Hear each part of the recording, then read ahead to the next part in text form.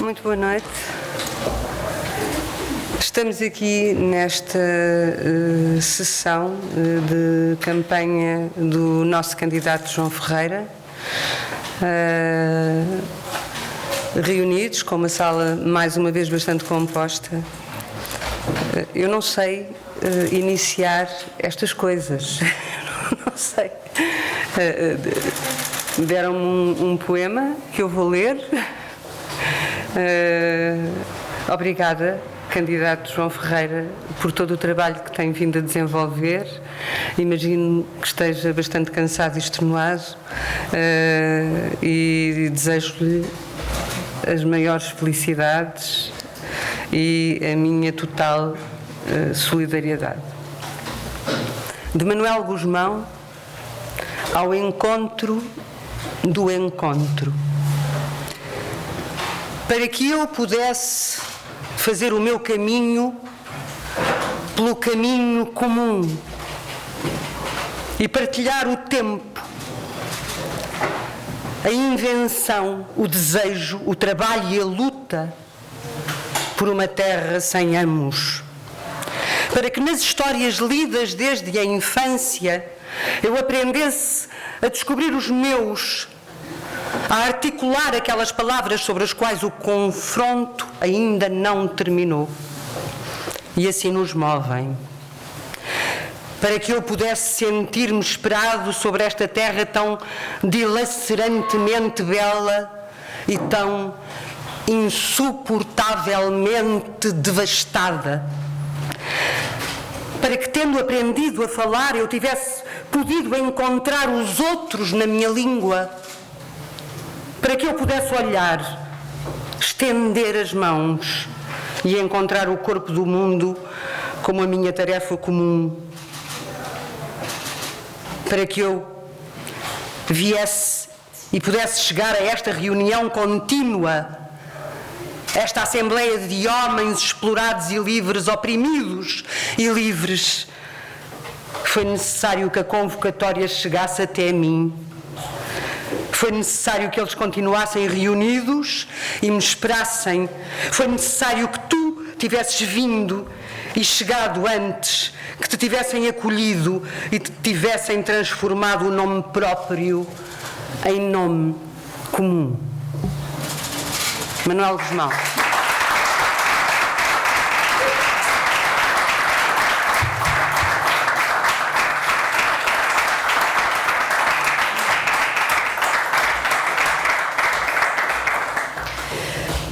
Boa noite, meus caros amigos, companheiros, camaradas. Encontramos-nos aqui para assinalar de forma necessariamente simbólica o profundo compromisso desta candidatura, da candidatura de João Ferreira, com os horizontes, as esperanças e as lutas da cultura, pela sua democratização, pela dignidade dos que nela trabalham e pelo serviço público de cultura que a Constituição da República Portuguesa impõe à política do Estado. Passo a ler-vos alguns dos excertos da declaração da candidatura de João Ferreira a Presidente da República. Num mundo onde se tenha acabado a esperança, como o retratou Saramago no seu ensaio sobre a cegueira, deixamos de olhar para o futuro, deixamos de o ver. A cegueira também é isto, dizia. Recordando Castrinho, esperança é a maneira como o futuro fala ao nosso ouvido. Num tempo em que tantos não veem nem ouvem o futuro falar-lhes ao ouvido, mais necessário se torna saber organizar e abrir esse futuro. Transformar inquietação em luta, converter o desassossego em confiança. Confiança num futuro construído à medida dos sonhos e projetos a que temos direito e de que não queremos desistir, de que não vamos desistir. Meus caros amigos, companheiros e camaradas, convosco Luís Varatojo, músico e apoiante da candidatura de João Ferreira.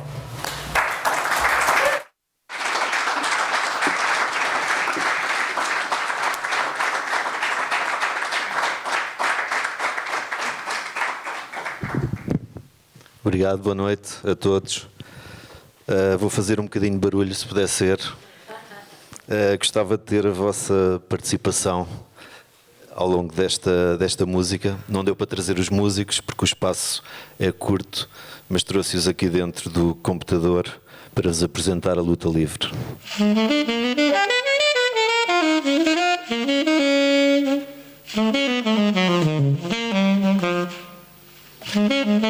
Ricardo Toscano no saxofone.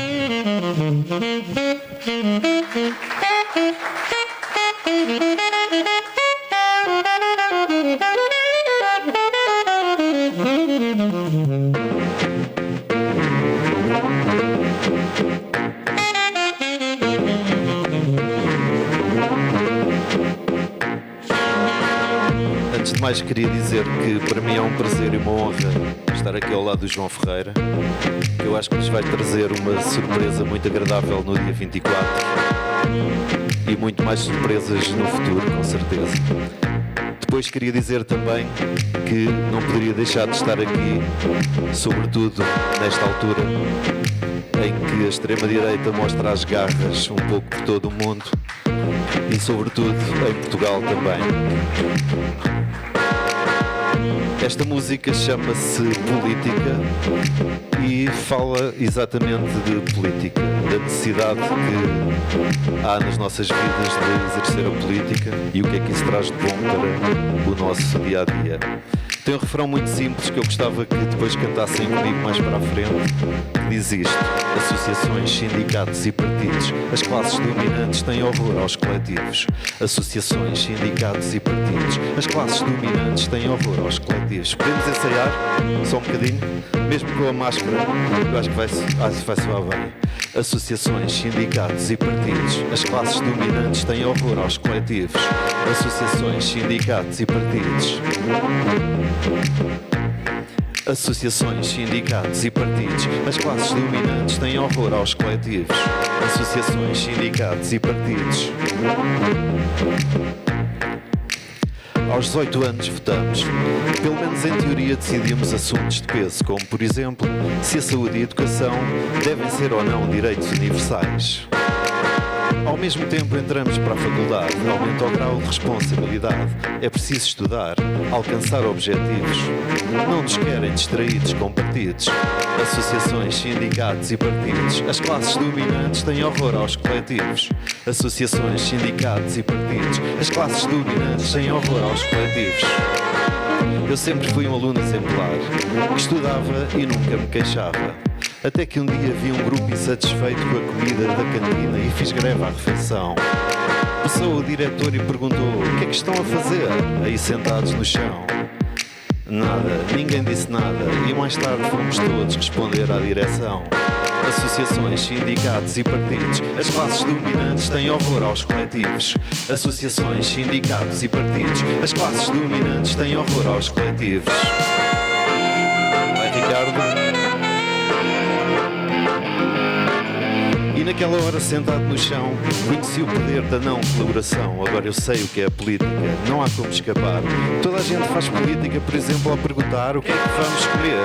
Perguntas que põem o Estado nervoso. E os Estados nervosos são muito perigosos, mas mais perigosos são os cidadãos, que não perguntam, nem querem ouvir respostas. E viram costas quando falamos em política, sindicatos e partidos. As classes dominantes têm horror aos coletivos. Associações, sindicatos e partidos, as classes dominantes têm horror aos coletivos. Associações, sindicatos e partidos, as classes dominantes têm horror aos coletivos. Associações, sindicatos e partidos, as classes dominantes têm horror aos coletivos.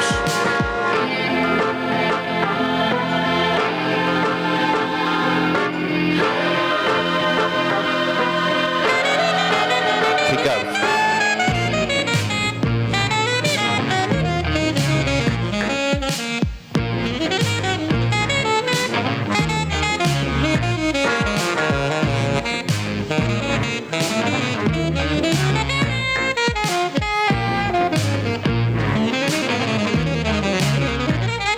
Associações, sindicatos e partidos, as classes dominantes têm horror aos coletivos. Associações, sindicatos e partidos, as classes dominantes têm horror aos coletivos. Associações, sindicatos e partidos, as classes dominantes têm horror aos coletivos. Associações, sindicatos e partidos, as classes dominantes têm horror aos coletivos. associações, sindicatos e partidos. As classes dominantes têm horror aos coletivos. Eu quero ouvir. As classes dominantes têm horror aos coletivos. Mais alto. As classes dominantes têm horror aos coletivos. Isto é um comício, não é? As classes dominantes têm horror aos coletivos. Associações, sindicatos e partidos. As classes dominantes têm horror aos coletivos. Associações, sindicatos e partidos. As classes dominantes têm horror aos coletivos. Associações, sindicatos e partidos. As classes dominantes têm horror aos coletivos. Bora lá aquecer, pessoal. Sindicatos e partidos. As classes dominantes têm horror aos coletivos. Associações, sindicatos e partidos. As classes dominantes têm horror aos coletivos. Associações, sindicatos e partidos. As classes dominantes têm horror aos coletivos. Associações, sindicatos e partidos. As classes dominantes têm horror aos coletivos. Obrigado.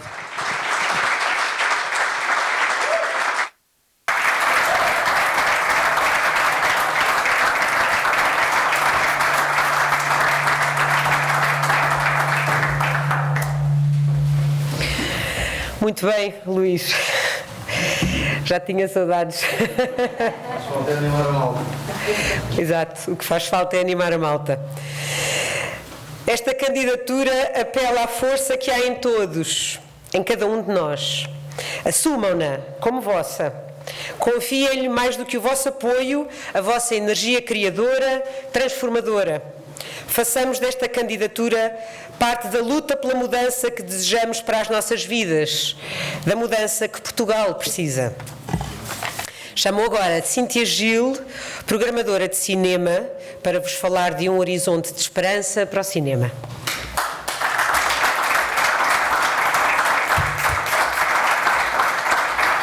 Olá, boa noite. Boa noite. Eu tinha preparado coisas e esqueci-me dos papéis em casa, portanto vou fazer freestyle. Sim, eu trabalho em cinema, como muitos que estão aqui, e já há bastantes anos que tivemos que nos envolver, para além de fazer filmes, ou de programar filmes, ou de pensar nos filmes, tivemos que nos envolver muito seriamente numa luta, e numa luta que não era por coisas muito específicas do cinema, eram por questões bastante óbvias e que deviam ser consensuais, que eram questões como, por exemplo, como é que deve ser administrado o dinheiro público, ou como é que deve ser administrado, ou como é que deve ser construído um serviço público de cultura, no caso na área do cinema. Quem deve participar desta discussão? De que forma é que o cinema e esse serviço público de cultura deveriam estar entregues à ingerência de privados e de interesses financeiros e de interesses de empresas e de negócios diretamente, que interfeririam diretamente com a criação. E, portanto, o meu apoio à candidatura de João Ferreira vem na sequência desta luta, ou seja, não é só pelo cinema. Aquilo que eu tenho pensado e aquilo que eu estive a pensar antes de ir para cá e até escrevi, depois não trouxe, tem a ver com o facto da Constituição da República, de facto, consagra a liberdade de criação, a liberdade artística, a liberdade cultural, o direito de fruição, mas fala também de uma coisa que me interessou ainda mais, que é a questão de a importância da cultura para a coesão entre as pessoas, para o desenvolvimento da personalidade, para a correção de assimetrias, para acabar com as desigualdades, por exemplo. Ou seja, a função da cultura como um lugar onde nós fazemos pactos uns com os outros. E eu tenho pensado nisto porque, claro, a extrema-direita está a subir, etc. E porquê que é? E é porque há coisas que falharam, e uma das coisas que falharam é a escola pública, é o contacto da população com a cultura, é o acesso, é de facto as pessoas sentirem que aquilo que se faz em Portugal lhes pertence e que elas podem dialogar com isso e que fazem parte dessa construção coletiva, que são parte integrante da cultura e da arte em Portugal. E um dos chavões que se usam muito no cinema português, aliás, são usados por vários empresários do cinema, empresários de fora do cinema, inclusive políticos, que não percebem nada de cinema, mas gostam de falar de cinema, E um dos chavões que se faz é: mas as pessoas não gostam do cinema português. Não, as pessoas não conhecem o cinema português, porque não há políticas culturais verdadeiramente consistentes, verdadeiramente acessíveis, verdadeiramente generosas e sérias e responsáveis relativamente, e para cobrirem estas lacunas e para que de facto as pessoas possam envolver-se na construção de uma cultura e de uma vivência artística coletiva. E isto é aquilo que determina o nosso futuro, basicamente, é esta capacidade de imaginação coletiva. E, portanto, a razão pela qual eu, pela primeira vez na minha vida, apoio um candidato, a seja o que for, publicamente, é porque, de facto, eu vi isso em João Ferreira. Vi uma candidatura que vem de valores sólidos, que sabe do que fala, que vem de uma sensibilidade, porque aquilo que eu senti muitas vezes falta, e eu acho que alguns colegas aqui presentes, se calhar concordam comigo, aquilo que eu senti muitas vezes falta quando falávamos com pessoas que estão a legislar ou que estão a pensar estas questões, é uma básica falta de sensibilidade. Não se pede que conheçam tudo, pede-se que sejam sensíveis, que queiram ouvir e que queiram perceber, que queiram compreender e que se interessem. E isso eu senti. E senti nos textos que li, senti nas palavras e naquilo que é o projeto de candidatura, que é um projeto sério que vai para lá daquilo que é o imediato, que é de facto um projeto congregador de muitas pessoas muito diferentes, de muitos lugares diferentes, de muitos passados diferentes, interesses diferentes, mas que de facto tem esta ideia de uma imaginação comum no futuro. Obrigada e força!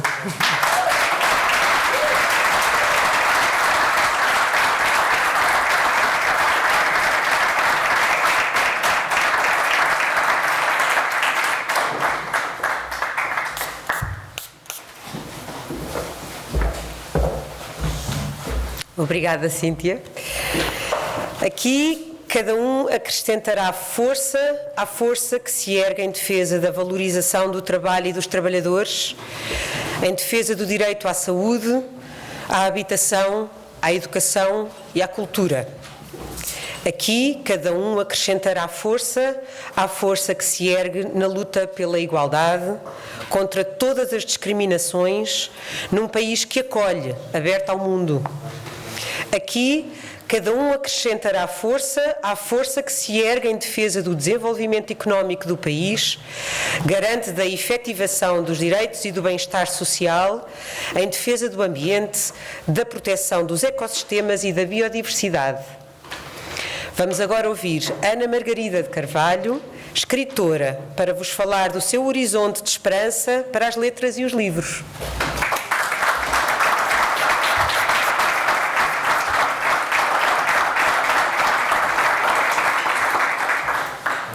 Bem, olá a todos. Eu inscrevi-me para falar na qualidade de pessoa e leitora e de pessoa também ligada à literatura, sim. Vou falar em nome de ambas, então.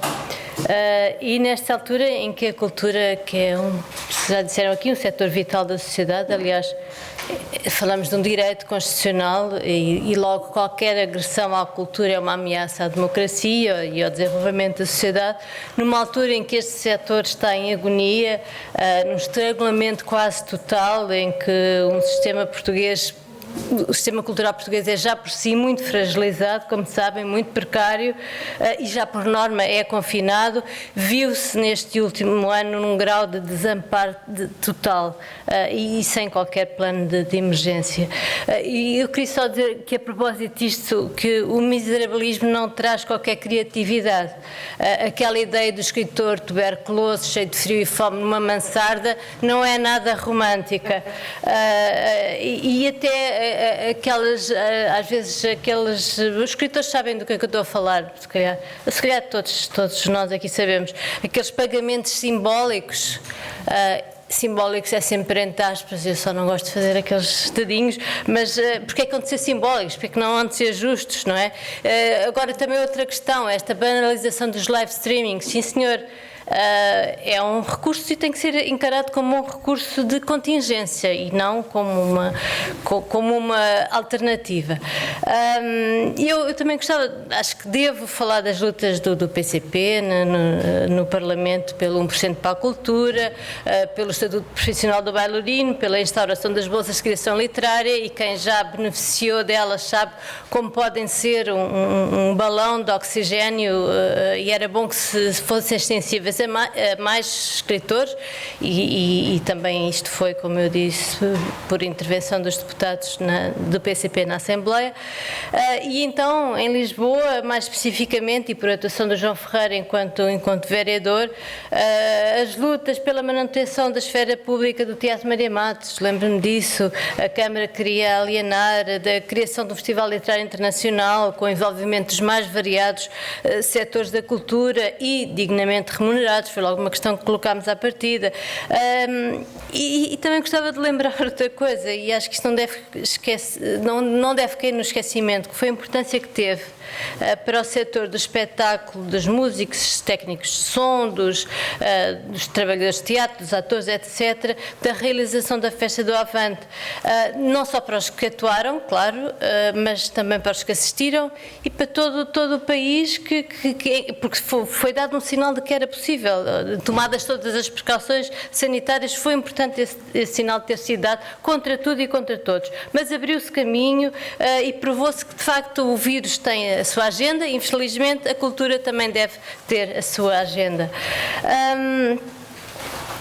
Agora, mais enquanto pessoa, eu gostava de vos dizer que há de facto inúmeras razões que explicam porque é que esta candidatura, e há pouco dissemos, há pouco a interveniente antecessora disse que era a primeira vez que prestava o seu apoio público. Eu acho que há razões que explicam porque é que esta candidatura ganhou esta força e esta abrangência, chegando, ou não podendo usar esta palavra, atingindo vários quadrantes de esquerda e uma massa muito alargada de apoiantes. Há vários fatores, e outros falarão deles bem melhor do que eu, mas eu gostava de falar, João, se me permites, no fator João Ferreira. É um fator importante. Olha, e o que eu queria dizer é que o João Ferreira não chegou hoje, nem ontem, nem anteontem. O João Ferreira não olha para as pessoas como eleitores cíclicos. Já nos deixou um património político adquirido, inquestionável, já ninguém o pode negar, e esperemos que tirar também não. Quando no Parlamento Europeu for preciso conter o preocupante pendor militarista e neoliberal, ou defender a soberania nacional, o João esteve lá. Quando aqui na Câmara de Lisboa, já falei disso, foi preciso ter as negociatas e outras especulações imobiliárias e alienação do património cultural, o João esteve lá. Quando é preciso defender a lei fundamental do país, e hoje é preciso mais que nunca, o João está aqui. E convenhamos que não é preciso, de facto, ver muitos debates e muito menos os pós-debates para percebermos que o João Ferreira tem, para enorme desconforto dos restantes candidatos, tem uma postura irrepreensível, um conhecimento de causa de todos os assuntos, todos os dossiês, uma inteligência que eu acho que é rara e um raciocínio tão rápido quanto claro, tão sólido e firme quanto consistente. Já que estamos com cineastas na sala, eu acho que em linguagem cinematográfica se costuma dizer, e se pode dizer, que o João é aquele que rouba a cena. E não, sem truques, não precisa de truques, nem golpes baixos, nem efeitos especiais. E então, nesta altura tão difícil e tão dura e tão confusa, aqui uma pandemia se junta como numa tempestade perfeita, se junta uma crise económica gravíssima, e depois veio o populismo, que sim, ganhar espaço, e o fascismo e o racismo e a xenofobia, a extrema-direita, que estão sempre à espreita, não é? À espreita, como carraças no alto das árvores, à espera que passem por baixo estas criaturas hospedeiras, para elas se instalarem. Então, nesta precisa e tão difícil altura, eu acho que era o João Ferreira que eu queria ter ao lado do povo português, ao nosso lado, enquanto Presidente da República. Obviamente não são tempos fáceis para candidaturas sérias com provas dadas e projetos e convicções coerentes. O grotesco, o caricato, o ridículo passou a ter uma valia eleitoral, porque as pessoas que estão zangadas, enfim, com o capitalismo, com o que o capitalismo lhes fez à vida, optaram por soluções autodestrutivas, então elegem para cargos poderosos figuras de BD com uma total impreparação e que conseguem reunir em si tudo o que mais medonho e obscurantista existe na natureza humana. E é claro que também existe a invisibilização mediática, existe sim, e também existem conceitos estranhíssimos como o da pós-verdade, em que os factos valem menos do que as emoções, tudo isto se instalou. A incultura passou a ter poder, a mentira passou a valer, o desmentido não tem a mesma força do que a prévia adulteração, e neste momento o absurdo é tal, já todos devemos ter reparado nisso, em que o que acontece é que os programas de comentário aos debates dos candidatos são mais longos, como se aquilo que os comentadores tivessem para dizer fosse mais importante do que aquilo que os próprios candidatos têm para dizer. Uma espécie de o que acontece ao futebol, eu não percebo nada do assunto, mas há um jogo e depois há um jogo que dura não sei quanto tempo, mas depois há um debate que dura ainda mais tempo, em que se discute o que é o jogo, pronto. E esse estima é este, sei lá o que é que se discute, mas... Esse já agora dá o resultado do Sporting e da Garancia. Ok. E assistimos então a uma escalada da disseminação de fake news, de perfis falsos, de empresas especializadas em viralizar vídeos fictícios, e há rios de dinheiro, acreditem, para criar esta malha de mentiras, de falsidades, e tudo isto é muito difícil de controlar. E ainda assim, eu tenho a certeza que o João Ferreira dá-nos a garantia de não se mover 1 milímetro da sua forma de estar, da sua forma de fazer política, que é uma forma justa e lúcida e inteligente, e que nos permite convocar a esperança. E por tudo isto é muito bom poder contar contigo. Obrigada.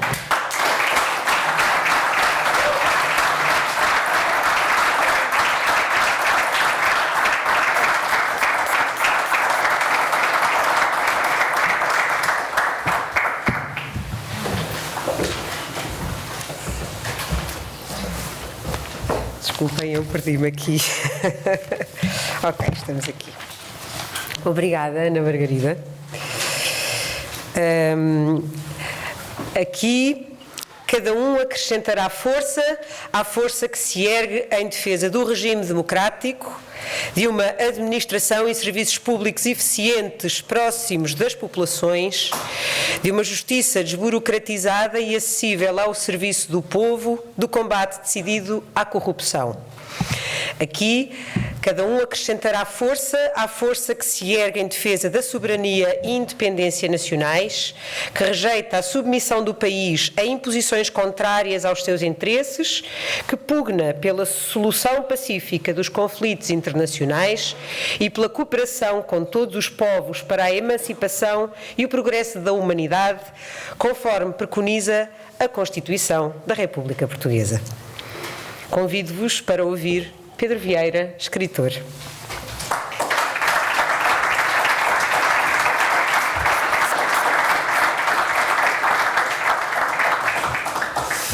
Ora, viva, boa noite. Eu, antes de mais, queria agradecer o convite, saudar o João e saudar a equipa que trabalha com o João e que permitiu que este acontecimento acontecesse desta forma.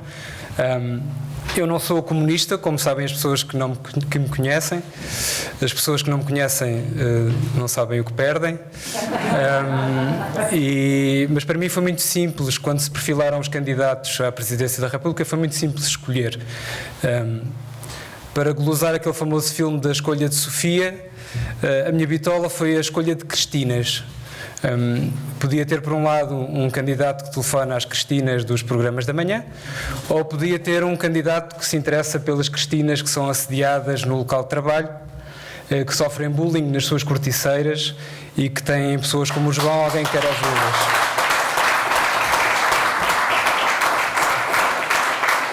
E, portanto, esta questão estava posta como decisiva logo à partida. Não tive propriamente dúvidas em escolher o João como o meu candidato e a equipa que trabalha com o João como os meus candidatos também, de alguma forma, porque sei que ninguém faz nada sozinho, e eles não me obrigaram a dizer isto. Eu estou mesmo a falar em nome do coletivo porque me apetece. Nesta questão da cultura, fiquei um pouco surpreso com o convite, fico contente. Depois de chegar aqui fiquei mais surpreso. Há aqui muitas pessoas que eu admiro, não lhes estou a fazer favor nenhum. O Luís Varatojo é um dos meus heróis de juventude, pesticida para sempre. Ana Margarida Carvalho, a Maria João Luís, a Mitó, a Joana Bertolo, que está ali ao fundo, o Tiago Santos, que há a trazer-me sempre gratas memórias quando lançou o seu disco com os Culipnoise, que eu continuo a ouvir. E portanto, para mim a cultura tem esta componente muito importante pessoal, ao nível da nossa formação, aquilo que nós somos, a forma como nós crescemos, as ligações que nós fazemos, as memórias que guardamos, os amigos que fazemos através da cultura.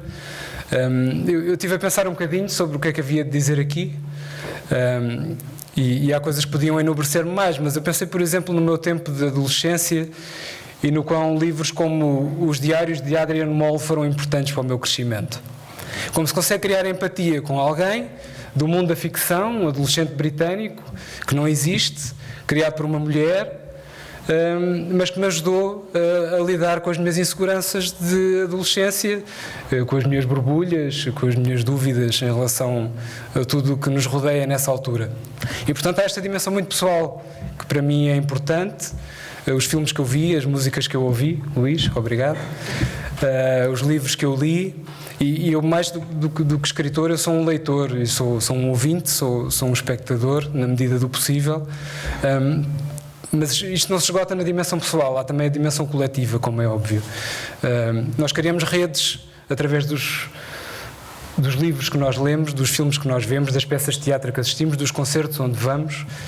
Criamos redes, criamos cumplicidades, criamos amizades, conseguimos criar pontos com outras pessoas que nunca vamos conhecer na vida, provavelmente, mas que têm um ponto em comum connosco. E isso, de facto, muito provavelmente só a cultura é que é capaz de fazer. O João tem posto muita tónica, e nas intervenções anteriores, a Cíntia Gil já falou disso, a Ana Margarida já falou disso, tem posto muita tónica na Constituição. A Constituição foi uma espécie de barreira contra a política de terra queimada durante os anos tristes da Troika. Acho que nunca será falado tanto da Constituição como nesses anos, e isso ganhou lastro, isso é importante, ganhou alguma tração, como se diz nos jornais. E a tração veio até aqui, e o João fala disso, fala dos poderes, dos deveres e das possibilidades presidenciais, não está a fazer campanha para as legislativas, não está a fazer nenhum concurso de fama-show, e portanto essa questão da Constituição é muito importante. A fruição cultural vem lá, a liberdade de criar vem lá, a dimensão pública da cultura está lá. Isso para mim reveste-se particular importância. Eu trouxe dois exemplos, um deles um bocadinho provocador para uma assembleia cheia de comunistas, é o segundo, que é para deixar no ar. O primeiro é de um homem da Inglaterra medieval, era uma espécie de Lutero avant la lettre, chamava-se John Wycliffe. Um pregador, estudioso da Bíblia, e que entrou em confronto na altura com as autoridades religiosas, porque uma das ideias que ele tinha e que conseguiu pôr em prática foi traduzir a Bíblia para a linguagem vernacular, no caso o inglês medieval. Só estava disponível em latim para os eleitos, e ele achou que as populações mereciam ler a Bíblia na sua língua e fazer as suas leituras a partir da sua língua. Esteve em confronto, teve a felicidade de não ser queimado vivo, mas acabou queimado morto, porque uns anos depois de ter morrido, desenterraram-lhe os ossos e queimaram-nos a posteriori para ser condenado como herege depois por ter querido traduzir a Bíblia e democratizá-la, digamos assim. O segundo exemplo é de um banqueiro italiano de Florença, Cosme Medici, que fundou a primeira biblioteca pública na Europa. Há uma citação dele, não sei se é apócrifa ou não, em que ele terá dito: eu gosto mais de gastar dinheiro do que de ganhar. E ele ganhava muito. A família Medici é a família que todos conhecem, mas ele espatifou, que é o termo técnico, muito do seu dinheiro numa biblioteca pública em Florença, a primeira biblioteca pública da Europa, na qual tinham lugar para os estudiosos e lugar para a população em geral. Qualquer pessoa que tivesse pelo menos uns rudimentos de instrução e de leitura podia ir à biblioteca, que hoje está no convento de São Marco, e podia ler o que lhe apetecesse na medida das suas possibilidades. Portanto, esta questão, a dimensão pública, a fruição, a liberdade de se poder criar, e pronto, eu já falei demais. João, queria só deixar duas palavras que podem parecer conflituantes. Uma é que espero que possas defender a volatilidade, e que neste enquadramento para mim significa a forma como a cultura se intercruza, as camadas que nós fazemos, aquela forma como nós reciclamos a cultura, usamos as coisas uns dos outros, nos contaminamos. Eu trabalho num cinema, que é um equipamento público, e há dias li uma coisa, apanhei uma coisa escrita que desconhecia completamente, que no tempo do cinema mudo, em alguns sítios havia uma figura que era digamos, o tradutor do filme. Era uma espécie de performer que, em algumas salas, explicava às pessoas que não sabiam ler as legendas do filme, o que é que estava escrito na tela, e tentava enquadrá-las. E havia muitas pessoas que depois já corriam a determinados eventos onde havia aquele performer, e havia essas artes que se cruzavam. Portanto, para mim a arte é uma coisa volátil, e a cultura é uma coisa volátil que, em certa medida, está sempre a mudar. Por outro lado, e um bocadinho paradoxalmente, confio que o João é uma pessoa que há de acarinhar a palavra estabilidade. E porquê é que eu falo em estabilidade? Por causa das condições de trabalho. E aqui volto ao início, à Cristina da Corticeira e às outras Cristinas, porque a estabilidade é fundamental para quem quer criar. Só se é livre quando se tem condições para isso, não se é livre quando a criação é um pescate, e portanto essas duas dimensões, a volatilidade e a estabilidade, para mim são fundamentais. Espero que as pessoas, e com pessoas como o João com certeza, teriam mais acesso à história, à literatura, ao cinema, ao teatro, à filosofia. Aliás, e vou terminar com uma situação do Marx, não do vosso, do Groucho Marx. A filosofia, segundo Groucho Marx, é a forma mais inteligente de sermos infelizes, e eu espero que possamos ser muito infelizes com o contributo do João. Força, João.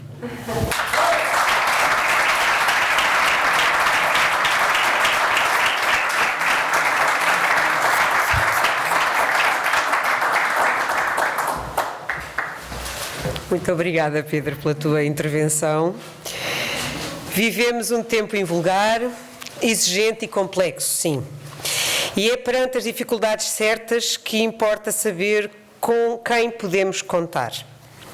Nesta candidatura não procuramos o conforto da ambiguidade. Não procuramos navegar ao sabor do vento, para onde quer que sopre.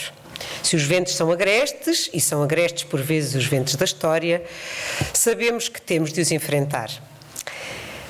Chamo agora para intervir a nossa querida Maria João Luís, atriz.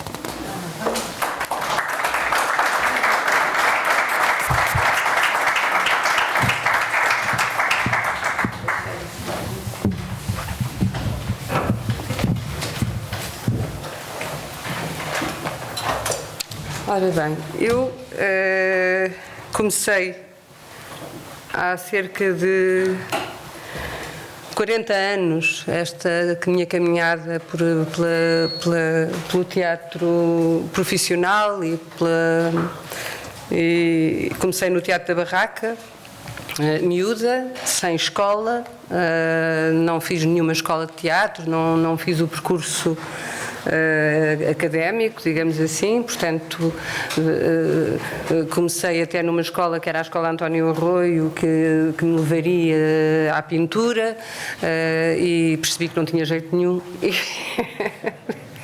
Bastava olhar para os outros, percebi logo que não tinha jeito nenhum, e então pensei naquilo que eu poderia fazer para me safar. E achei, como dizia poesia, já era convidada para muitas coisas performativas dentro da escola e era muito ativa a esse nível, que poderia fazer esta coisa de representar, e comecei a perceber o prazer enorme que isso me dava. Nesse meu caminho encontrei e cruzei-me com diversas pessoas muito importantes e muito interessantes e que me ensinaram muito, com quem eu aprendi praticamente tudo. Entrei no Teatro da Barraca ainda muito miúda. No Teatro da Barraca, através da Maria do Céu Guerra, do Hélder Costa, etc., conheci o António Quadros, que vou aqui citar numa coisa que ele diz num poema que eu acho absolutamente extraordinária. O António Quadros, isto tem a ver agora com esta coisa da ascensão desta direita e que realmente está a assustar-me bastante. E para a qual nesta luta vamos precisar de muita força, tenho toda a certeza disso, e de muita gente, e de muita gente como o João, e de muita gente do lado certo da política. E então o António Quadros, quando estava preso, foi preso pela PIDE, e a uma dada altura estava a levar com toalhas encharcadas. Que era uma das coisas que eles meigamente faziam, não é? Portanto, era mandar com toalhas encharcadas na cabeça das pessoas. O PIDE perguntava-lhe a uma dada altura: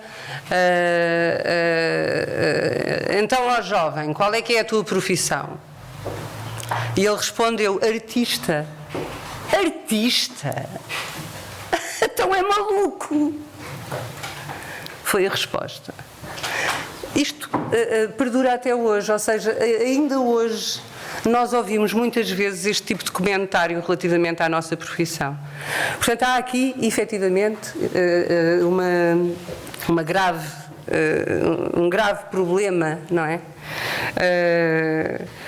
A propósito disto, eu salto de assunto para assunto, peço desculpa, não estou habituada a fazer estas coisas, mas a propósito disto, hoje falando com outro poeta, ele me pediu para eu ler aqui um poema que tem a ver exatamente com os presos políticos e que foi um poema que veio de um espetáculo que eu fiz, uma coisa que eu fiz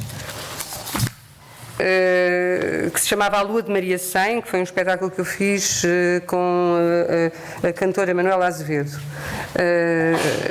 e que é assim, o poeta em questão é o João Monge e que me pediu para eu ler este poema hoje aqui, para ele estar de certa forma também aqui presente. Curiosamente, o João Monge, eu não sei se deveria fazer esta inconfidência, estava-me a ler o poema e não conseguiu acabar, desatou a chorar e a meio ainda me disse: eu não quero que as coisas voltem a ficar assim. Isto é muito dramático, não é? Eu sou uma dramática. Vamos ver. Isto é muito bonito. Deram-te um quarto ao viés sem uma toalha na mesa. A porta não dá para nada e não te deram cortinados. Da janela nada vês e quando tens o mundo aos pés, só o tens de olhos fechados. É por isso que te espero. Quero-te de olhos abertos a sonhar com o mundo. Quero ver-te acordar e beijar o teu hálito matinal. Afinal, tudo o que quero é uma cama a direito, os pés a nascente e a cabeça a poente. Uma espécie de parapeito onde te espere numa noite fora de horas. Eu sei de que do teu quarto ao viés avistas ao longe o mar, mas isso que nem Deus te pode tirar só te aumenta o sofrimento. Já tive ganas de cortar os pulsos e vender as mãos na feira para que pudessem ler a sina a alguém que não o é. Mas por cada gana que tenho, compro uma nova pulseira. É a minha vingança fria do teu quarto ao viés. Quero-me bonita para ti, para quando tu voltares, Farei uma fogueira no quintal com todas as saias que vesti do avesso e saltarei nua por cima das chamas para que um santo que eu cá sei entenda os nossos pecados e se envergonhe da culpa. Pronto, é este o poema.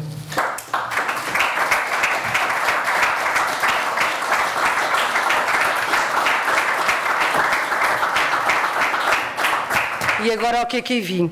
Defender, cumprir e fazer cumprir a Constituição da República Portuguesa é a principal função que todos os presidentes juram realizar quando tomam posse do cargo. A fiscalização política para promulgar ou vetar as propostas de lei que resultam da ação legislativa da Assembleia da República e do Governo é-lhe conferida pela Constituição. Se necessário, apoiado nas decisões do mais alto tribunal do sistema judicial, o Tribunal Constitucional. Vivemos assim desde 1976 um sistema político constitucional assente num articulado, considerado ainda hoje como um dos mais avançados e progressistas. Na nossa lei fundamental, a par das condições económicas e sociais, a cultura surge, por diversas vezes, entre as tarefas fundamentais do Estado, seja como meio de promoção da independência nacional, como meio de promover o bem-estar, a qualidade de vida do povo e a igualdade real entre os portugueses, seja a proteção e valorização do património cultural. Do título 3º, Direitos e Deveres Económicos, Sociais e Culturais, no seu capítulo 3º, Direitos e Deveres Culturais, inclui o artigo 73, Educação, Cultura e Ciência, onde se refere: todos têm direito à educação e à cultura. O Estado promove a democratização da cultura, incentivando e assegurando o acesso de todos os cidadãos à fruição e criação cultural, em colaboração com os órgãos de comunicação social, as associações e fundações de fins culturais, as coletividades de cultura e recreio, as associações de defesa do património cultural, as organizações de moradores e outros agentes culturais. No seu artigo 78, Fruição e Criação Cultural, onde se refere: todos têm direito à fruição e criação cultural, bem como o dever de preservar, defender e valorizar o património cultural. Incumbe ao Estado, em colaboração com todos os agentes culturais, incentivar e assegurar o acesso de todos os cidadãos aos meios e instrumentos de ação cultural, bem como corrigir as assimetrias existentes no país em tal domínio. Apoiar as iniciativas que estimulem a criação individual e coletiva nas suas múltiplas expressões e uma maior circulação das obras e dos bens culturais. Ou seja, a nossa lei fundamental, que regula os direitos e garantias dos cidadãos, e a organização política do Estado, coloca a cultura ao nível do direito fundamental dos portugueses, ao lado, como o direito à saúde, à educação, à justiça. Mas, na prática, a diferença abismal no investimento estatal é cada vez maior, relegando a cultura para o fundo da tabela. E é aqui que o Presidente da República terá um papel muito importante a desempenhar, lembrando ao Governo a sua obrigação num sólido investimento aos agentes culturais que substituem o Estado no serviço público da cultura. O desinvestimento no apoio às artes, a que temos vindo a assistir, promove, entre outras coisas, uma competição onde ela não pode ter lugar. Os recursos disponíveis são tão escassos que, invariavelmente, os concursos deixam sem apoio 2/3 dos artistas, provocando rupturas entre pares, porque é de sobrevivência que se trata. O Estado não nos pode colocar na posição do salve-se quem puder, porque aí são sempre os grandes players que se safam, não é? Deixando para trás os mais frágeis, ou os outros que estão em estruturas diferentes das dos grandes players. Os teatros nacionais e municipais deveriam ter o dever de contribuírem para o crescimento das companhias independentes e não usarem-nos, como em alguns casos, para encherem a programação das suas salas. peço desculpa, perdi-me, com investimentos baixíssimos, aproveitando a precariedade com que se vive no setor. Precariedade essa cada vez mais agravada, sobretudo agora neste contexto de pandemia, onde nos vemos ainda por cima privados de poder exercer. Na arte não devia haver concorrência, isto não é um negócio, não é? Iria até mais longe, nem júris, nem prémios, mas isto é uma opinião minha, discutível. Devemos discutir, devemos falar mais, deveríamos encontrar-nos mais, falar mais. A arte independente só sobrevive com um apoio justo e proporcional ao trabalho desenvolvido pelo artista, sem que para isso seja preciso um juízo com base no gosto, ele sempre discutível. Tenho, neste momento, perto de 40 anos de carreira, comecei no teatro profissional na Barraca, como já disse, e desde aí até hoje vivo a instabilidade e a precariedade desta profissão, sem saber se conseguirei, depois deste projeto, deste que estou a fazer agora, do que vou fazer amanhã, ter dinheiro para continuar a ter uma vida digna e a alimentar os meus filhos. E para a ter tido até agora, garanto-vos, meus amigos, tive de trabalhar o dobro ou o triplo, porque tenho 3 filhos, para conseguir garantir a sobrevivência destes rapazes. Bem, fundei com o Pedro Domingos o Teatro da Terra em 2009, depois de uma experiência de mais de 2 décadas a teatro profissional, numa zona de escassa oferta cultural no interior, por opção, por vontade de o fazer. Foram 10 anos de produção intensa, média de mais de 3 criações anuais, com um envolvimento comunitário muito expressivo. O apoio da DG Artes foi sempre intermitente, com o primeiro Bienal em 2013-2014, o segundo em 2018-2019 e o terceiro em 2020-2021. Nós, os artistas, os agentes culturais, vivemos desde o 25 de Abril na esperança que o Estado reconheça o nosso trabalho como um serviço público essencial na vida dos portugueses. Como vem refletido na Constituição. Não queremos mais do que isto. É só isto que nós pedimos. João Ferreira é o candidato em quem deposito as minhas esperanças, por todas as razões que já aqui foram ditas, por outras que também já lhe disse, para uma sociedade mais justa, onde os artistas tenham os mesmos direitos dos restantes cidadãos, coisa que, infelizmente, ainda não acontece. Muito obrigada.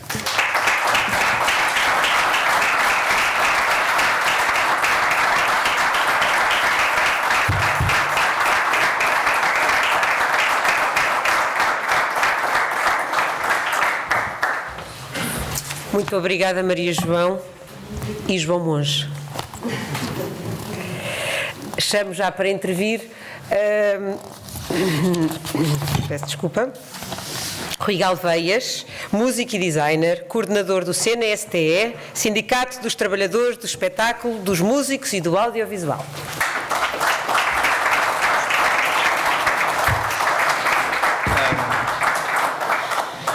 Bem, eu estava aqui a tentar escrever umas palavras, porque isto de organizar conteúdos às vezes é prático, e estava a passar por este ano que passou e a olhar para a situação difícil em que os trabalhadores da cultura estão neste momento. Esta situação é mais dramática do que provavelmente alguma vez foi, pelo menos no tempo que eu conheço. Também por causa da pandemia, mas sobretudo por causa das características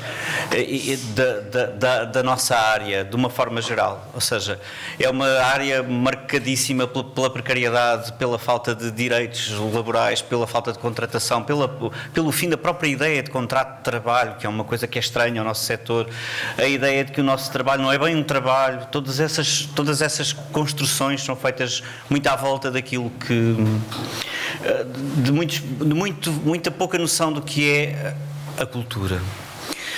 E os seus trabalhadores, em tantos planos, desde os trabalhadores de cultura que garantem a criação e que garantem que a nossa cultura é efervescente, que cresce, que não para de nos surpreender, de nos mobilizar pelo amor, pela crítica, pelos valores, pela desconstrução do que nós somos e pela construção do futuro do que nós somos, por um lado, mas também naquele que é o trabalho que muita gente faz pelo país inteiro, como trabalho que lhe garante a sobrevivência e que ao mesmo tempo garante a visibilidade de conteúdos de tantos tipos ao mesmo tempo, desde os teatros aos espetáculos de massas, até os profissionais da cultura os encontramos muitas vezes a assegurar outro tipo de coisas, quais web summits desta vida.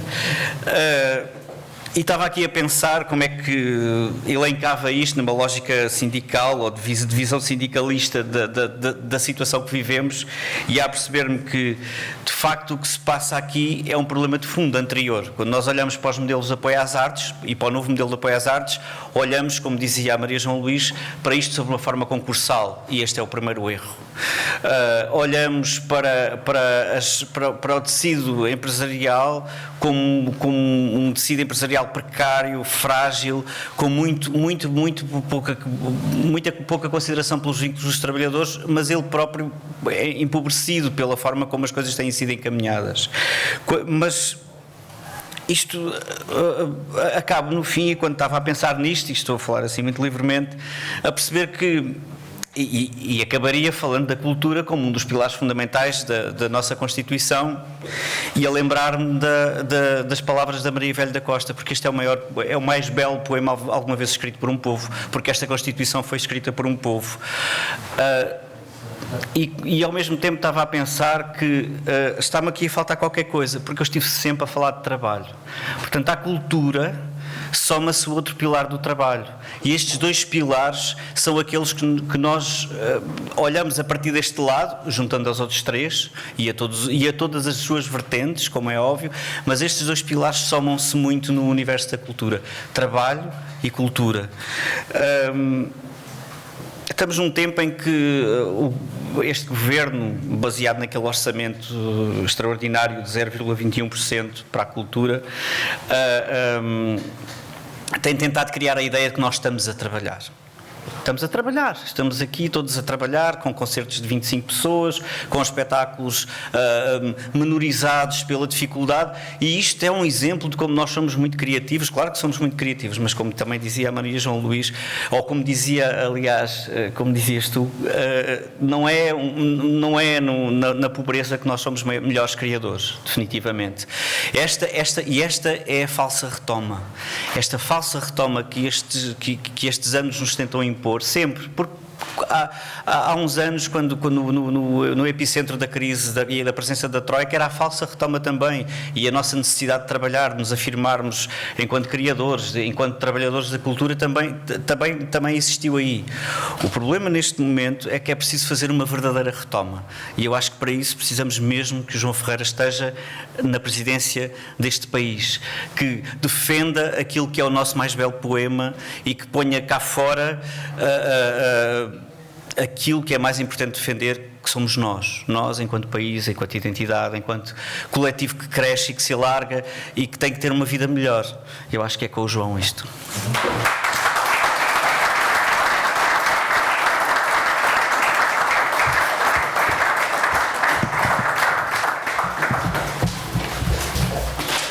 Obrigada, Rui.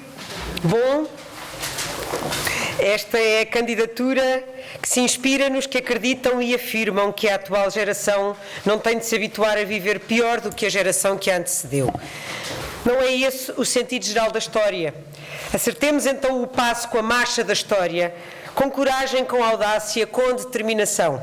Fixemos no presente e no futuro de Portugal os valores de Abril e o seu horizonte de fraternidade, liberdade, igualdade e esperança. Amigas e amigos, João Ferreira, candidato a Presidente da República, o nosso candidato.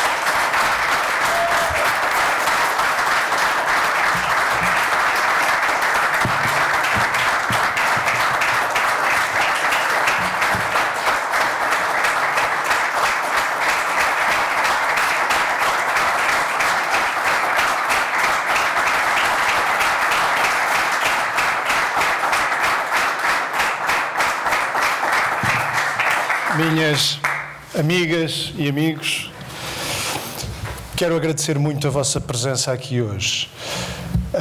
Isto, já o perceberam, eu tenho dito várias vezes, isto é uma candidatura a um órgão de soberania unipessoal Mas isto não é uma candidatura de um homem só. E não é só no sentido em que o Pedro Vieira há pouco dizia. É evidente que há um coletivo que desde a primeira hora apoia e impulsiona esta candidatura. Mas estou a pensar em todos vós que aqui estão, que aqui vieram hoje com o vosso testemunho, fazer também esta candidatura, serem também candidatos, trazerem a tal coragem e confiança que ali estão, para abrirmos também o tal horizonte de esperança na vida deste país de que temos andado a falar. E eu quero agradecer-vos muito por isso e agradecer-vos sensibilizado. Mulheres e homens da cultura, do teatro à música, do cinema à literatura, das artes plásticas ao património. Agradeço-vos terem correspondido ao apelo que lançámos a partir desta candidatura. Cumprir a democracia nas suas múltiplas dimensões, a política, económica, social, ambiental e cultural. Cultural aqui entendida não apenas como uma dimensão à parte, mas como transversal a todas as outras 4. E cumprindo estas dimensões da democracia, cumprir Portugal, cumprir o Portugal de Abril, cumprir os direitos, as liberdades e o projeto de desenvolvimento que ficou vertido na Constituição da República Portuguesa. O apelo, o desafio que quero que levem daqui é que sejam todos construtores deste Portugal que está por cumprir. A Constituição, este tão belo texto, elaborado precisamente num período de imensa e genuína criação, de imensa participação popular, de ânsia e de vontade de conhecer, de saber, de sentir, de criar, de ter acesso a tudo aquilo que antes estava interdito, e antes estava interdito, pelo menos para a esmagadora maioria, o acesso à cultura, à criação e fruição culturais, estava, sabemos porquê, por causa do papel da cultura no estímulo ao pensamento e, através deste, no estímulo à ação transformadora, no desenvolvimento, no progresso, na emancipação e soberania dos povos. A Constituição da República, já aqui foi dito, consagra a liberdade de criação cultural, a universalização do seu acesso, a sua democratização, apontando os caminhos para que a ninguém seja negado o direito e a liberdade de criação e fruição culturais. Falo dando à cultura uma grande centralidade no projeto de desenvolvimento do país que ela própria, a Constituição, aponta. Mas isto é o que a Constituição aponta. O que temos na realidade é diferente, como sabemos. Em termos gerais, seja por ação, seja por omissão, seja por submissão das políticas seguidas aos interesses económicos e ideológicos dominantes, aquilo que temos é uma evolução dos processos de mercantilização dos objetos, serviços e atividades culturais, generalizando cada vez mais a ideia da cultura como uma área da economia subordinada às regras de um mercado, um enorme crescimento global das chamadas indústrias culturais, com aspectos específicos particularmente importantes, tanto no que diz respeito aos conteúdos que vinculam, fazendo mais pela fixação e difusão de estereótipos do que pela diversidade cultural, como ao padrão das condições de trabalho com que operam. A tendência de privatização, subfinanciamento das políticas públicas e desresponsabilização do Estado em relação à cultura, uma cada vez maior asfixia da vida de quem trabalha na cultura, a destruição de partes importantes do tecido cultural português.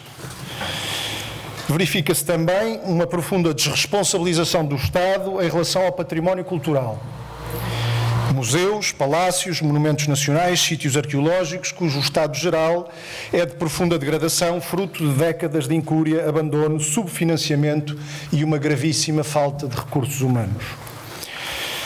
As artes de palco, como o teatro e a dança, e as estruturas que lhes dão corpo, sobrevivem numa situação de grande precariedade e permanente instabilidade. O fecho de dezenas de estruturas ao longo dos anos, a sua cada vez maior concentração nos grandes centros urbanos e mesmo nestes com uma distribuição muito desigual, lembrou a Ana Margarida Carvalho a luta pela defesa do Maria Matos, público, Este fecho de dezenas de estruturas afasta uma grande parte do país destas formas de expressão artística e é fator de empobrecimento cultural e de impedimento de acesso à criação e fruição. Na música, com a diminuição do valor dos pagamentos a artistas e técnicos, bem como com o bloqueio da diversidade de formas e expressões pela indústria de produção e difusão. No cinema, prosseguiu a amputação e desvalorização de políticas públicas, com a gritante insuficiência de verbas e de recursos humanos, seja no Instituto do Cinema e do Audiovisual, o ICA, seja na Cinemateca e no Arquivo Nacional da Imagem em Movimento. Consuma-se, assim, a inexistência de uma política pública de defesa, preservação, promoção e distribuição de cinema português ou de outras cinematografias, pontos de vista ideológicos e estéticos. Acentuou-se o estrangulamento da distribuição, promovido pela concentração num grupo económico que é um dos maiores operadores de televisão por cabo e que hoje detém a quase totalidade das salas de cinema, nomeadamente em centros comerciais dos grandes centros urbanos, excluindo assim uma parte significativa do país. A distribuição, regendo-se por critérios estritamente económicos, inviabiliza praticamente a apresentação da maior parte da produção nacional, que existe, circula em festivais e aí é reconhecido, mas ao qual o acesso em Portugal é muito difícil. Problemas idênticos acontecem na política do livro e da leitura. No plano das medidas do Estado, com a ausência de recursos humanos e financeiros, nomeadamente para a renovação de fundos documentais das bibliotecas. Hoje, com uma vasta rede pelo país e para a dinamização por parte destas de medidas de divulgação e promoção da leitura. O financiamento que o Plano Nacional de Leitura teve para a renovação de fundos para a rede de bibliotecas escolares deixou de existir há vários anos. Medidas positivas como as itinerâncias foram canceladas e nunca retomadas. Também aqui o mercado regula a política de edição e distribuição, através do monopólio existente na indústria editorial e numa parte significativa da distribuição. Neste caso, a par de hipermercados e de uma conhecida multinacional. As medidas impostas pelas grandes editoras e suas distribuidoras no plano da comercialização, a par da avassaladora lei das rendas, têm levado ao fecho de dezenas de pequenas e médias livrarias. Estas, bem como pequenas editoras existentes, são oásis cada vez mais escassos no panorama do livro e da leitura em Portugal. A situação nas artes plásticas é sobretudo marcada por um processo de mercantilização e financeirização e pela total ausência de uma política pública estruturada. Tal como sucede com o imobiliário, as obras de arte são valorizadas enquanto ativos, aos quais é atribuída a cotação de mercado. Estas linhas orientadoras e as correspondentes políticas setoriais, foi aqui dito por vários dos que me antecederam, são contrárias àquilo que preconiza a Constituição da República Portuguesa, que atribui ao Estado, como também aqui foi lembrado, ainda agora na última intervenção da Maria João Luís, ou na anterior, a última foi a do Rui, que atribui ao Estado, a Constituição, a responsabilidade de promover, em conjunto com todos os agentes culturais, os artistas e trabalhadores da cultura, as estruturas do movimento associativo, as organizações populares, a criação de condições para a existência de uma cultura viva, dinâmica, que valoriza a criação individual e coletiva, as suas múltiplas formas e expressões e uma maior circulação das obras e dos bens culturais de qualidade, bem como para ultrapassar as limitações decorrentes das assimetrias regionais, económicas ou sociais no seu acesso. A excessiva carga horária dos trabalhadores portugueses, da generalidade dos trabalhadores portugueses, os baixos salários, a desregulação dos horários, são elementos que objetivamente afastam o povo português da fruição e da criação culturais, impedindo assim a concretização do desenvolvimento cultural a que o povo português tem direito e de que o país precisa. Caros amigos, o rumo de soberania e independência nacional que a Constituição da República aponta pode e deve ser também concretizado na cultura. Defendemos, nesta candidatura, um desenvolvimento cultural em diálogo com outras culturas, o intercâmbio com os outros povos da Europa e do mundo, a abertura aos grandes valores da cultura da humanidade e a sua apropriação crítica e criadora, o combate à colonização cultural. E isso implica necessariamente uma política de crescimento enraizado na realidade, nos valores e nas potencialidades nacionais, sem o qual o diálogo entre culturas não poderá ser um diálogo entre iguais. Daí que cada trabalhador que é forçado a deixar a profissão, cada companhia que fecha por falta de recursos, cada produção que não é feita, cada obra que não é publicada, sendo um golpe na nossa cultura, é também mais uma porta aberta aos produtos que nos são impostos pelas grandes fábricas de produção de conteúdos, particularmente com origem no universo anglo-saxónico e, em particular, nos Estados Unidos. Veja-se o recente exemplo sobre as alterações à lei do cinema, exemplo paradigmático do caminho apontado para a destruição de um importante setor e reconhecido internacionalmente da nossa cultura.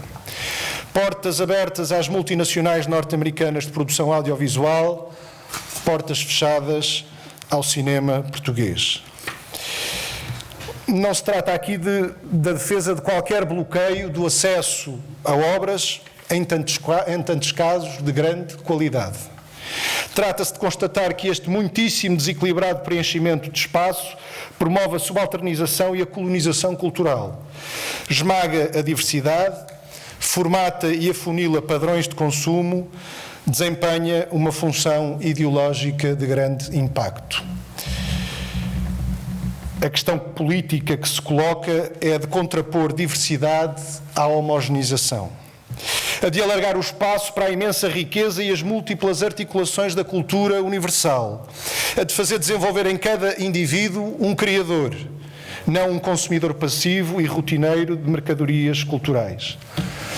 Lembrava o Manifesto para a Cultura, de que aqui estão vários ativistas, ou alguns, pelo menos, que reconheço, que a política que desinveste na cultura é duplamente criticável, não apenas por asfixiar aquilo que existe, mas também e sobretudo por impedir de existir tudo aquilo que podia e devia existir. Para tal, e para concretizar o que aponta a Constituição, urge a criação e definição de um serviço público de cultura. Falou-se aqui dele. O elemento central de responsabilização pública pelo desenvolvimento, democratização e liberdade cultural. Um serviço público de cultura que deverá ser um garante do acesso de todos a toda a cultura, de superação de condições de desigualdade social, geográfica ou outra no acesso à cultura. Um serviço público de cultura que dará aos trabalhadores da cultura seguras condições de estabilidade e de desenvolvimento do seu trabalho, ao contrário da cultura mercantilizada, que coloca os criadores ao serviço da encomenda, da estratégia de mercado ou, mais prosaicamente, do volume de vendas. O Serviço Público de Cultura garante condições de efetiva liberdade de criação. Um Serviço Público de Cultura que assente, antes de mais, em dar voz ao povo, num processo de discussão democrático para apurar os anseios, as carências, as realidades existentes, as potencialidades, simultaneamente ao nível nacional e regional. Em dar voz aos trabalhadores da cultura, artistas, técnicos e investigadores, tanto ao nível da produção e ação dos organismos das funções culturais do Estado, como nos setores de produção independente, profissional e ou popular. Na intervenção do Estado, através das suas instituições próprias, designadamente o Ministério da Cultura e os organismos na sua dependência. Na participação de todas as entidades ativas e de interesse no trabalho cultural e artístico. Estruturas de produção, programação, dinamização, divulgação. Movimento associativo popular nas suas diversas formas de organização. Um serviço público de cultura a que deve corresponder um justo e adequado financiamento público, com o patamar mínimo de 1% do Orçamento de Estado como referência de partida, condição indispensável para a concretização de políticas públicas e o cumprimento do desígnio constitucional em torno da cultura. Caros amigos, também na cultura há um país por cumprir. O Portugal de Abril a que a Constituição abriu portas. Constituição que o Presidente da República jura, quando toma posse, defender, cumprir e fazer cumprir. É este juramento que precisamos que seja levado a sério. Há pouco, numa sessão que tivemos com membros de organizações representativas dos trabalhadores, dirigentes sindicais, membros de comissões de trabalhadores, ao falarmos de direitos dos trabalhadores e da Constituição, li um excerto de um poema que creio que o Rui agora aqui falou, da Maria Velho da Costa, e estava a lê-lo e a pensar, tenho que o ler mais logo também. Foi a primeira, esta é a segunda, evidentemente não vou andar a repetir isto, mas aqui fica.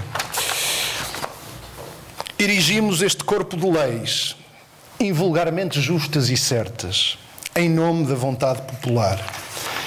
A lei democraticamente escrita pelos representantes legítimos de um povo e o rosto que esse povo levanta perante as outras nações. Resplandecente de esperança e dignidade, esta lei há de fazer-nos maiores. Maiores do que somos na adversidade e dependência, porque os homens são construídos ou destruídos pelas leis que os obrigam e abrigam. Esta é uma Constituição aventurosa, projeto de vida certa deste povo para este povo. Façamos deste projeto de vida realidade vivida na vida de todos. Isso faz parte também do tal horizonte de esperança que queremos abrir na vida deste país. Obrigado a todos.